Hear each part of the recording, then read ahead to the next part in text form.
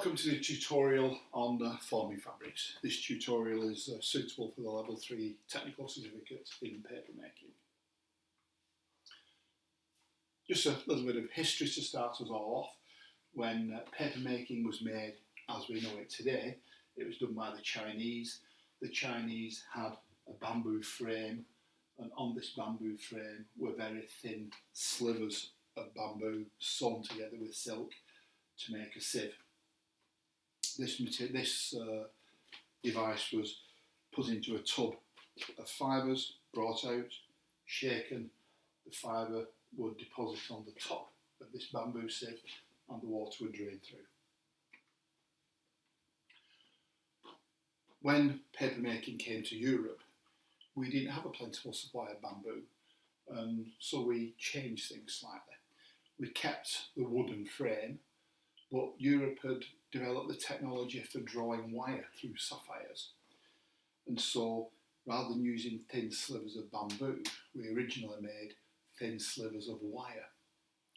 And that was quite successful until Whitman, he looked at the textile industry, he saw that people were weaving fibres to make cloth, and he had the idea, well, a wire is just a fibre really, so why don't we weave wires to make a metal cloth? And that's exactly what they did, and they made a metal cloth like you see here on this mould and decal. So that was the first woven wire, and the woven wire was very simply the way that children do simple weaving today.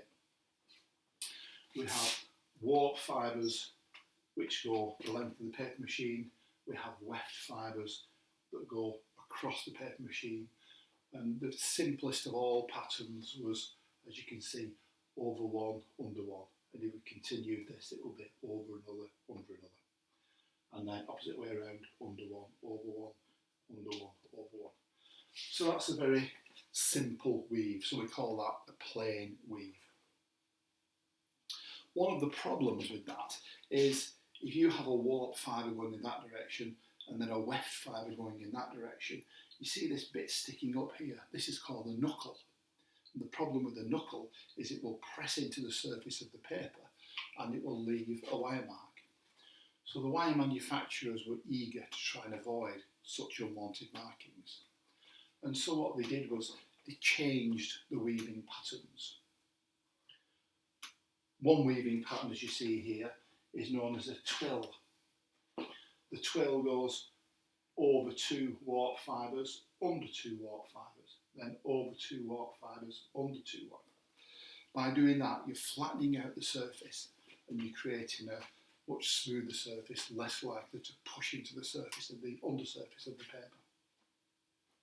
There was another weave that went over two, under one, over two, under one.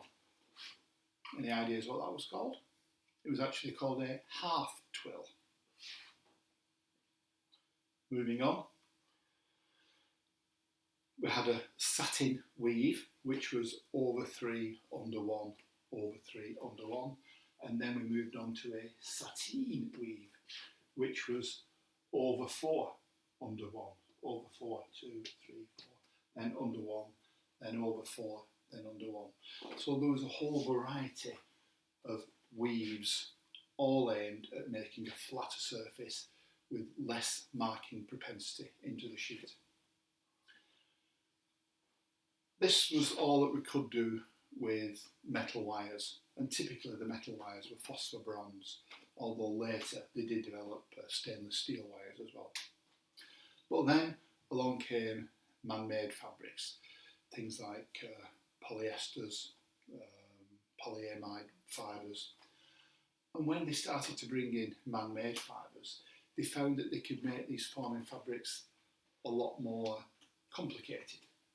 Rather than having just the single, simple layers of the metal wire, you could now start to have double layer fabrics. And then you could have triple layer fabrics. And triple layer fabrics became more resilient, they became stronger, they changed the drainage characteristics, you got siphoning actions going on in the body of the wire. So Typically, most forming fabrics today are either double layer or triple layer. You can have nice fine fabric, fine wires on the top, or fine filaments on the top, so that you reduce the marking propensity of the sheet, and you can have thicker filaments at the bottom, giving it a longer lifetime due to its increased strength. This is just a quick summary of the different types of weaves. We said there was the plain weave, over one, under one, over one, under one. There was a half twill, over two, under one, over two, under one. Full twill, over two, under two, over two, under two. And then there is the satin and sateen weaves. The naming has also changed. Everyone's going digital, everyone likes to use numbers. So whereas we used to call this a plain weave, we now call it a two-shaft system. Shafts go in the machine direction, so those are the warp fibres, and it's a two-shaft because the repeat unit is two. We have above and below, above and below, above and below, two-shaft system. The half twill is known as a three-shaft system because the repeat unit is three. There we have those three units, then we have this three, then we have that three.